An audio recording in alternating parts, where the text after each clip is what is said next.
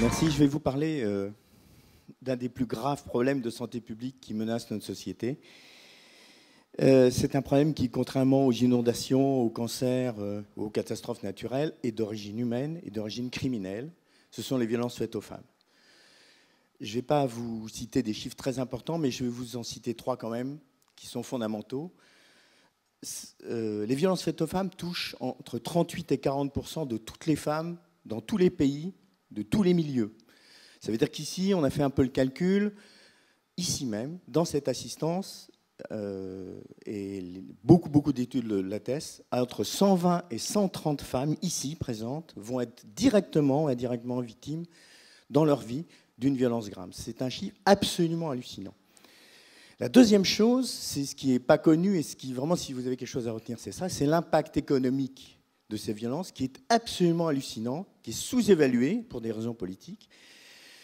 Si vous prenez, et ça a été très bien étudié en France, les seules violences conjugales sur une année, ça coûte à l'État français 1,5 milliard d'euros, c'est-à-dire entre 4 et 5 fois le coût du cancer du sein. Et pourquoi c'est sous-évalué? Parce que c'est mal connu. Et le troisième chiffre, c'est que comment on compte les violences, et c'est pour ça qu'on en trouve si peu, c'est parce que compte comme violence les femmes qu'on sait victimes, donc qui ont porté plainte. Moins de 10% des femmes arrivent à porter plainte. Donc on est en échec total là-dessus, la société est en échec, et c'est un problème gravissime. Alors pourquoi je vous en parle? Bon, moi je suis chirurgien urologue, j'ai un peu cofondé Médecins du Monde, j'ai connu beaucoup les violences parce que j'ai fait de la chirurgie de guerre, je me suis intéressé aux mutilations sexuelles féminines, certains d'entre vous savent que j'ai inventé cette technique, mais surtout parce que dans mon parcours de chirurgien, j'ai fait une rencontre exceptionnelle. C'est quelqu'un qui m'a, je lui ai promis de ne pas la citer, mais qui est ici dans cette salle, qui est une femme. On ne peut pas travailler sur un problème de genre sans au moins une femme et un homme. Et donc, il est absolument exclu qu'un homme seul vous parle de ça ce soir. Cette femme exceptionnelle m'a ouvert les yeux. Elle est venue me chercher et on a, pendant des années, regardé un peu ce qui se faisait. On s'est aperçu de plusieurs choses. D'abord, que la santé était un domaine qui n'était pas abordé dans les violences faites aux femmes. La deuxième chose, c'est qu'on a réussi ou redécouvert des évidences, on a fait qu'enfoncer des portes ouvertes, c'est qu'une femme victime de violence, elle est cassée de partout. Elle a besoin de tout. Elle a besoin d'être reconnue socialement, aidée socialement, qu'on aide ses enfants, qu'on s'occupe de sa santé, qu'on s'occupe de sa santé mentale, qu'on lui trouve un logement, qu'on la défende juridiquement, qu'on l'aide à porter plainte, elle a besoin de tout ça. Or, chez nous comme ailleurs, eh bien, cette offre n'existe pas. Elle a des tuyaux d'orgue devant elle, d'un côté des offres juridiques, de l'autre côté des médecins, des assistantes sociales, et elle ne peut pas répéter sans arrêt son histoire. Elle est en panne là-dessus. Eh bien, notre idée, qui s'appelle l'Institut en santé génésique, c'est de créer un endroit où on va tout lui offrir tout de suite. La deuxième chose aussi, c'est que quel que soit le type de violence, en entreprise, le viol, l'inceste, la mutilation sexuelle et surtout les violences conjugales, quel que soit le type de violence, ces femmes ont une double peine, c'est qu'elles sont privées de la parole. Et elles n'arrivent pas à commencer à être aidées parce qu'elles n'arrivent pas à parler. Donc, on a créé tous les deux cet espace qui est un espace où on va d'abord l'écouter. Et maintenant, il y a des professionnels spécialisés là-dedans. Et derrière, en même temps, tout de suite, elle va avoir toutes les réponses. Des juristes, des médecins, des psychologues, des travailleurs sociaux.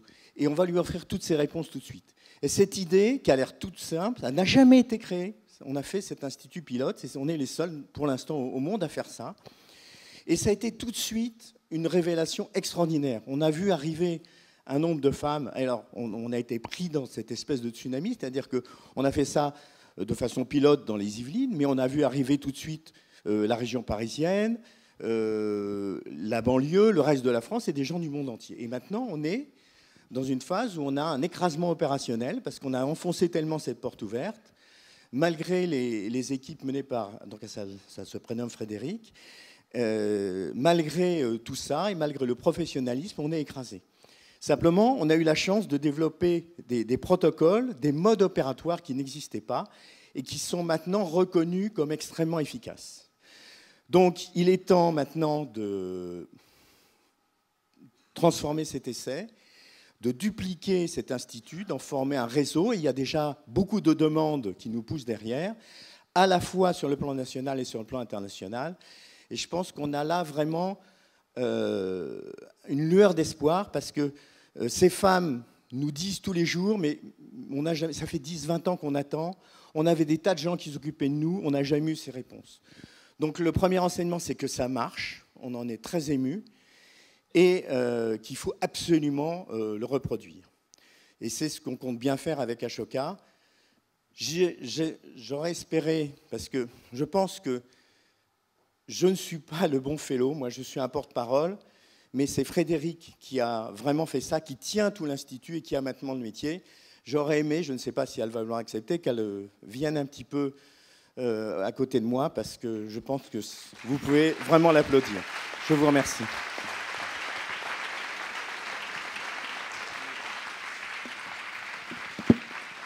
Frédéric, elle est où?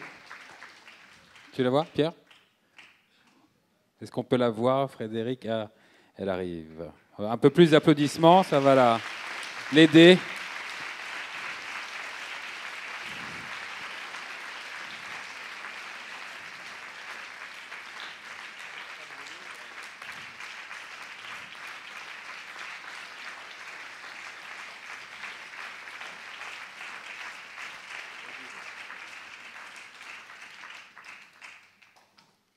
Bonsoir. Alors, c'était pas prévu. Je crois qu'on est en train un peu de transgresser avec Pierre, puisque le principe d'Ashoka, c'est un fellow. C'est vrai qu'on s'était un peu battu pour être deux, parce que c'est un problème de société, mais c'est aussi un problème qui doit être porté par les deux pôles de l'humanité. On ne peut pas parler, excusez-moi, je suis un peu émue, des violences faites aux femmes, puisque c'est notre sujet, sans qu'un homme et une femme puissent s'occuper de ce thème-là. Je pense qu'on déséquilibrerait la parole que l'on prendrait. Et c'est vrai qu'en travaillant avec Pierre, qui a été un porteur quand même important, puisqu'il a créé une technique de réparation des mutilations sexuelles qui a été pour moi un peu... C'était très fondateur, puisque j'ai eu la chance d'assister à une intervention. Et je m'étais rendu compte qu'effectivement, que de reconstruire quelque chose qui est tabou, même si on parle de la mutilation, finalement, la femme parle très rarement d'une violence faite sur son sexe. Et à partir de là, on a effectivement cheminé vers les violences faites aux femmes, d'abord pour une raison très précise, c'est que l'excision, c'est une violence parmi d'autres, c'est une violence faite à la femme et on ne souhaite absolument pas la stigmatiser. Vous comprendrez que quand on parle d'excision et quand on va chercher un peu de sous pour justement soutenir toutes nos actions, on aurait tendance à dire, bon, ben, c'est un problème d'Africains, voilà. Donc nous, on n'est pas du tout dans ça. On a cassé un peu cette manière de voir les choses et on a créé effectivement un lieu qui réunit des professionnels en respectant leur branche de métier, et on a mis en place des principes de fonctionnement qui ont été acceptés par tous les professionnels. Mais on s'est rendu compte que ces femmes nous apportaient énormément aux professionnels, et à partir de là, on a aussi rendu service à ces professionnels en s'ouvrant à des colloques singuliers qui ont complètement changé leur vision professionnelle. Donc aujourd'hui, on travaille beaucoup sur cette approche. On essaye de les faire aborder des sujets, même si elles étaient déjà habituées à écouter de la violence. C'était souvent une violence soit psychologique, soit une violence qui se voit. Et là, on est vraiment allé à fond et elles sont toutes derrière nous, puisqu'on aborde des sujets qui sont extrêmement durs. Comme Pierre le dit, on est absolument dépassé par le nombre de femmes qui viennent nous voir. Malheureusement, donc on a raison, comme on dit. Ces femmes-là, on en a reçu déjà plus de 600. Quand on dit qu'on résolue des situations, vous comprenez qu'on a des indicateurs et que on s'assure que ces femmes sont sorties du circuit de la violence. Le circuit de la violence, c'est effectivement des cycles de vie, c'est des retours, par exemple, au domicile, tout simplement, mais elles reviennent. Alors, ce qui nous a frappé, c'est le nombre d'interlocuteurs et le nombre d'interlocuteurs qui ne se parlent pas. Donc, on a installé au sein de l'Institut quelque chose de fondamental, c'est un secret partagé. Parce que quand on a commencé à mettre des médecins, des avocats, des juristes ensemble, chacun prétendait avoir un secret. Et on s'est dit, mais où est la femme dans tout ça? On a bien vu que les professionnels sont très enthousiastes pour travailler ensemble, mais ils ne voulaient pas partager ce fameux secret. Et en fait, on a beaucoup travaillé avec Pierre justement sur cette notion qui n'est déontologiquement, on va dire, par branche de métier. Tout le monde vous dira, mais non, chacun a son secret, on peut être puni de raconter quelque chose qui n'est pas à partager. Donc en fait, on se donne des limites, mais notre objectif est quand même de parler de la femme et de notre souci, c'est de la mettre bien au centre et d'évoluer avec elle. Alors voilà, je n'ai pas tellement préparé mon intervention, je dis simplement qu'on est extrêmement enthousiaste, qu'on a effectivement développé ce centre avec peu de moyens. On a été tous les deux à mettre les premiers moyens. On a eu la chance d'avoir une fondation qui nous a accompagnés tout au début. Je crois qu'on pourra en parler un jour. C'est la fondation Kering, puisque c'est une fondation qui est positionnée spécifiquement sur les violences faites aux femmes.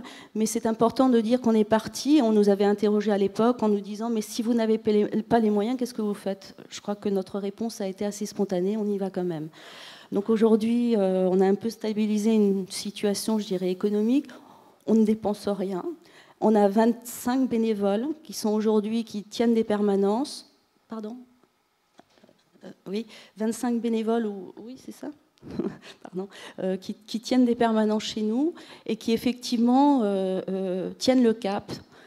Là, on est dans une étape et une phase qui est difficile, c'est qu'au bout d'un an, vous avez des répercussions très importantes sur les professionnels eux-mêmes, parce que je crois que quand on nous raconte des histoires aussi difficiles, je crois que ça a toujours un impact sur le professionnel. Donc on est aussi en train de réfléchir beaucoup à quelque chose qui nous paraît essentiel, c'est la supervision. Donc on a énormément de projets, on a énormément d'envie de dupliquer, on est sollicité énormément, on a été très médiatisé, même si vous n'avez peut-être jamais lu pas grand-chose sur nous, mais on a été dans beaucoup de presse, spécialisé aussi, et Pierre vous l'expliquait, on s'est rendu compte d'une chose, c'est que la santé est primordiale. Quand vous demandez à une personne d'avancer, si elle a un problème de santé quelconque, elle n'avancera pas et elle se dispersera et elle se noie dans un verre d'eau.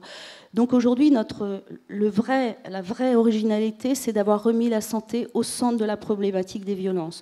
Souvent, on parlait plutôt de justice, de social, Eh bien, la santé, pour nous, avant qu'elle n'avance et qu'elle n'aille vers ces tuyaux d'orgue, on la remet en bonne santé. Voilà, je laisse la parole à Pierre.